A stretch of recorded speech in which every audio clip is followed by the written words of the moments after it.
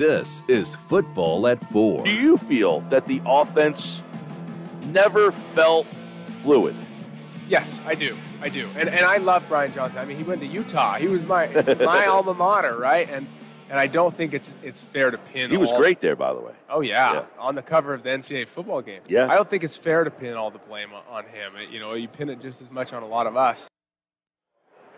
Sports Pass Live, 97.3 ESPN, and of course that was our conversation yesterday with Britain Covey, and we've been talking a lot about some of the answers that he gave us throughout the day today, which I thought was very honest.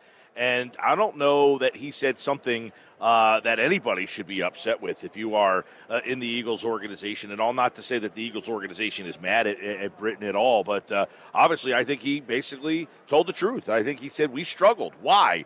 The offense got figured out. We didn't adjust to what teams did, and they adjusted to us. They watched us last year. They had all offseason to kind of get ready for us, and that's why he felt that the Eagles' offense struggled a little bit. Let's bring in Geoff Mosher from the Inside the Birds podcast for Football at 4, powered by the Inside the Birds podcast, and he joins us live. We are on Radio Row, Mandalay Bay in Vegas, and he is back there in Philly. And, of course, you heard what Britain had to say there. There was a lot in the conversation, but, I think he was being very, very honest and truthful about what he thought, Moshe, happened with this team this season. I would agree, Mike. I think he was being honest.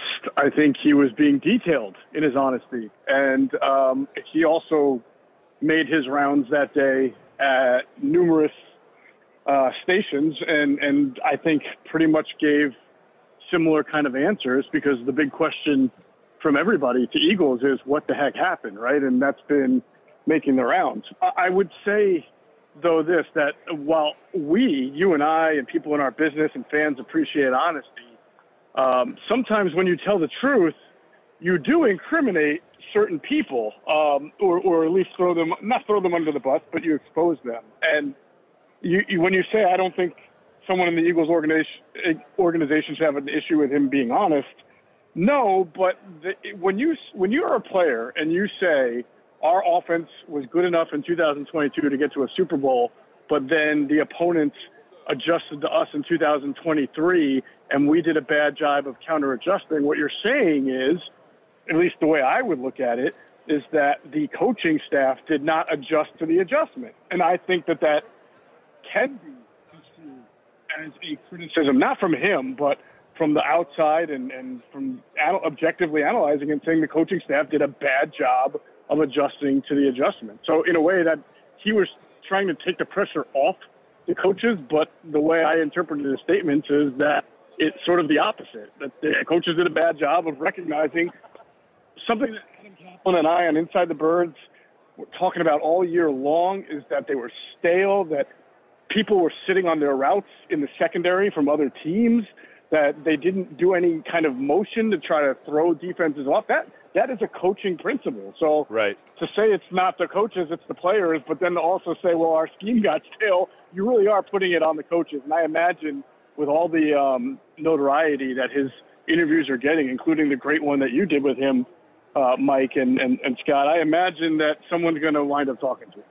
Yeah, Geoff, I actually saw Britain here earlier today. Just approached him about what had gone on, and he looked a little dejected. He just, as I walked up and said, man, it happened again. He's like, that's what I was just sitting here talking about. And he's like, I don't know, maybe I just need to not talk. And I'm thinking that's the worst thing that could happen, because I think what fans really enjoy is truth, honesty, and clarity. And I wonder, from your perspective, Geoff, when he said he's a punt returner, he doesn't want to be making these headlines. Is that part of it? Is it because he's not one of these big-name veterans saying that? You, Scott, famously remember Peyton Manning after one of the really bad Colts playoff losses that Mike Vanderyak, the kicker, kind of added his 2 cents, and all Peyton Manning had to say something about the, quote, idiot kicker, or the drunken idiot kicker. Like, I think that falls under the same category. You're the punt returner. You're on special teams. You're not a star player. You're not a coach, and you're not even a veteran. You're a second-year player. So I do believe that that plays a part in it. And I think, listen, people who know Britain or who are in the locker room with him know that he's a good dude and a smart dude, cerebral dude. It's not going to matter, though. I think the whole let's keep everything in-house phenomenon that we always see with sports is going to happen here. And, I feel bad that he's dejected for being honest, but he is smart enough and he is a professional enough he has to know how his words sounded. And if you and I listen to him and think, you are kind of saying that you not only did this scheme get stale, but the people in charge of it didn't change it, he's got to know that implies that it's more than just a player. I guess part of the interesting part of this is the guy who was the coordinator is no longer here. So the team admitted that there was a problem, but I guess the underlying elephant in the room here is it's the guy whose offense it is still here. So you're essentially saying, okay, Brian, because I asked him, did you think that you would have been better served with a little bit more of a veteran offensive coordinator, Brian being a first-year guy? He said, yeah, I think so. Like, we probably could have used somebody who had a little bit more experience at calling plays. But keep in mind, he's calling plays that aren't his. So does this squarely look to Nick Sirianni not making those adjustments?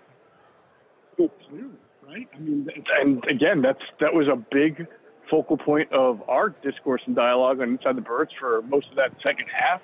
It's noteworthy to me that Britain Covey, when you asked him about Kellen Moore, the first thing he did was talk about motion and how much more motion, and he's excited about the use of motion. Well, Nick Sirianni has come out and publicly said doesn't need motion. He doesn't value it as much as other teams do. And now you're probably going to see a whole lot of motion with Kellen Moore. I assume you would think that if Kellen Moore has succeeded with in the past, he's going to try to implement it into the offense. So it just all further kind of puts the spotlight on Nick Sirianni and shows that they're moving away from him, what he wanted to do, his offense, his concepts, and like it or not, that feels incriminating. What did you think, Moshe, of what he was talking about? He gave another ringing endorsement of Nick Sirianni as the CEO, right? He kind of pointed out how he thought it was a little crazy that it was asked what his job is. But he, and we've heard it from the veterans, the big name veterans, as we talked about, like the Kelseys, the Fletcher Coxes, the ringing endorsement for Nick Sirianni in that role. What did you make of because everybody focuses on the stuff that implies negatives. There's one thing he said that really implied what Nick does during the week to really help them. What did you make of that? Yeah, and that didn't surprise me, Scott. And I think that it's actually, I mentioned this on the podcast that we dropped this morning with Adam, the Inside the Birds one. I think it's been a good week for Nick Sirianni, otherwise PR, from a PR standpoint, because a lot of his players down there have bent over backwards to not just defend him, because you can tell when a player doesn't really love a coach and says, hey, it's a player's job to make plays. Hey, listen, I don't know if you saw the answer that Jackson Smith and Jigba gave about his former coach. Did you see that answer? I did not. About Shane Waldron. The Seahawks? No, what did he say? So he was asked, I guess, from a Chicago station about, like, what the Bears can anticipate from Shane Waldron. And he was like, he's a nice person. Oh, no. Like, it was like, I got nothing here for you, man. Like, it was pretty uncomfortably bad. You got to look that one up. But I agree with what you're saying, Moshe, is that it seems pretty definitive that, that everybody doesn't flinch when asked about Nick. Yeah, and I think that's good. It bodes well for Nick as far as people wondering if he lost the locker room. I don't think he lost the locker room. I definitely think there were issues in that locker room, and Britain, again, pointed that out as far as accountability and finger pointing. But I don't think – I never sensed that the team didn't think Nick had its best interest. Same thing with Doug. They rallied for Doug after the Super Bowl 2 straight years when they were down because they really liked playing for Doug. But then in 2020, it didn't really matter how much they loved Doug. They just couldn't do it. They were too injured, too beat up. This team was too discombobulated with everything going on with the coordinator change on defense, with the injuries, with the being figured out, that those were the issues that they couldn't overcome more so than they don't like their head coach and they're not playing for him. Well, and Britain also mentioned, I don't know how much stock or weight you put into this, but as an offensive player, the first thing he said was that the defensive coordinator switch was definitely a problem. Of course. I mean, and again, that's the kind of thing I don't think you get in trouble for, because it was clear. It was obvious. Everybody knew that. It doesn't really throw any one person who's still with the team under the bus either, the way his comments can be kind of construed as Nick didn't do a great job of adjusting. So I don't think that that's going to be as much of an issue. And listen, again, I don't think the Eagles are going to come down on Britain Covey. I think they're just going to make him aware that no matter how diplomatic you try to be, no matter how rational you try to be, people out there are going to take snippets of what you say and little things of what you say. And I'm not saying you guys did this. I thought your interview was great, but you know how social media can be. So it's just unfortunate. And the fact that he went through this already with something he said, I think in an Enquirer story, that got totally taken out of context to the point where it was taken opposite of what he was saying. It's going to be an experience where Britain's probably going to clam up and get, be more conservative with how he speaks now. Yeah, and I have a good source who told me that he has already heard from someone high up in the organization that said he has his back. So he is at least getting some of that positive reinforcement from the organization, at least part of it. I don't know about all of it yet, but yeah, it is. It jades these players, and you mentioned it, Mike or Jeff. Sorry, the amount of Eagles there's been a ton of Eagles players down here. And they've all had to answer that question, what happened? I mean, there's been Fletcher Cox, Devontae Smith.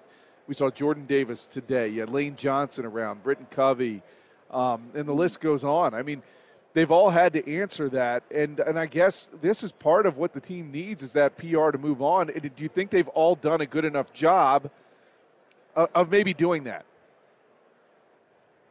I think it's hard to until the Super Bowl is over because of reasons like this, where you go around Radio Row and everybody's talking about it, everybody's bringing it up, and there are still some unanswered questions on the Eagles coaching staff as they continue to make some moves. So I think usually the reset button sort of gets pressed right around draft time and then OTAs when the fresh faces are in, and then you kind of move on from. That's when the head coach himself brings the team together, just like Nick did last year, and said, we haven't won anything now. We haven't won it. We didn't win the Super Bowl, and so we're 0-0 like everybody else, and you start over there. But until then, yeah, obviously it's going to linger. It doesn't help, I don't think, that this Super Bowl is in Las Vegas. I think that's why you're seeing a lot of Eagles and other NFL players out there. Something tells me if this Super Bowl was in Jacksonville, you probably wouldn't see as many guys hanging around. Minneapolis, maybe. So that's always going to be the case. All right, Geoff Mosher, Football at 4. Listen to the latest Inside the Birds podcast. It's on all podcasting platforms. You can check out their YouTube channel. Just search Inside the Birds. All right, Mosh, there you go. You got the pick for Super Bowl. I got to tell you something. Yeah. I have to give you a lot of credit from one host to another, and you're far better than I am at hosting. That interview that you guys did with Kenny Mayne was an incredible example of being a traffic cop and trying to make sure the interview stays somewhat on course and on the rails, because Kenny was trying to drive that thing like a guy in like a trolley at 2 a.m. who's had a few days. He's trying to take you everywhere, and you did an excellent job of at least trying to stay with him and stay on course. Mike's the one, though, that took it to the bathroom. Yeah. You brought that up. So I think that was sort of a when in Rome type thing, who you're interviewing. So it was one of those moments. A little off the rails yourself. It was one of those moments where you're so tired and like the time changes all comes hitting you at once. And I realized when I looked up, hey, Kenny Mayne was the guy, and it looked at me like I was a nut. And it kind of added to the conversation. But thank you for that, and I appreciate the fact that you heard it, and then those comments are very, very nice. So it's been a wild week out here, Mosh. I'll tell you, it's pretty crazy. It's pretty crazy. He didn't want to leave us. Sure it is. All right, buddy. I mean, listen, Kenny did not sit there and adjust to how you're feeling. He was going to do his style of interview, and that was well. The funny part is, we're at table 31. The table next to us, 32, I guess, had him scheduled for like right after. So in the middle of the conversation, he's like, "Do you guys still need me over there?" And they were like, "Yeah, that'd be great." He's like, "Well, I'm still talking to these guys." Like, my story here is not done. I was like, "All right, keep going, man." We had a lot of fun with that one. All right, Mosh, you got to pick. Who do you got? What are your picks? I was wondering who you got. I got Kansas City. I like Kansas City in the under. I like Kansas City in the over. A little bit over, too. I tell you, in the beginning of the year when we did our NFL season predictions, I picked the Kansas City-San Francisco Super Bowl with Kansas City winning. But I feel like I'm falling into a trap now. Maybe we all are, where it's sort of a recency bias, where the Niners haven't played so great, and the Chiefs have they played a tough schedule here in the playoffs. Starting with that 30-degree under game against Miami, then Buffalo, then Baltimore. But if you were to judge these teams based on what they were throughout the season, the Niners are clearly the best. I mean, there was a time we weren't even sure the Chiefs were going to be in the playoffs. So I'm a little worried that we're selling the 49ers a little short based on the last 2 games they played. This game feels like last year. I thought Philadelphia had the better roster, but they had Mahomes and Reed. I think San Francisco has the better roster, but they have Mahomes and Reed. I don't know that Purdy is going to be able to do what Hurts did last year to keep San Francisco in the game, and that's why I like Kansas City. I feel like the Niners are going to have to play a perfect game, and I think if the Niners can start fast. Now, last time they played in the Super Bowl a couple of years ago, Niners started fast, but Mahomes came back. He had Kelsey, he had Tyreek Hill. Even Sammy Watkins was contributing. This time, different offense. If Niners get out to a 10, 13-point lead, not sure Kansas City, even with the great Mahomes, would be able to surmount that. So I think that's a big thing for San Fran. All right, Geoff Mosher from the Inside the Birds podcast here on the Sports Bash 97.3 ESPN. Thanks, Moshe. Take care, guys.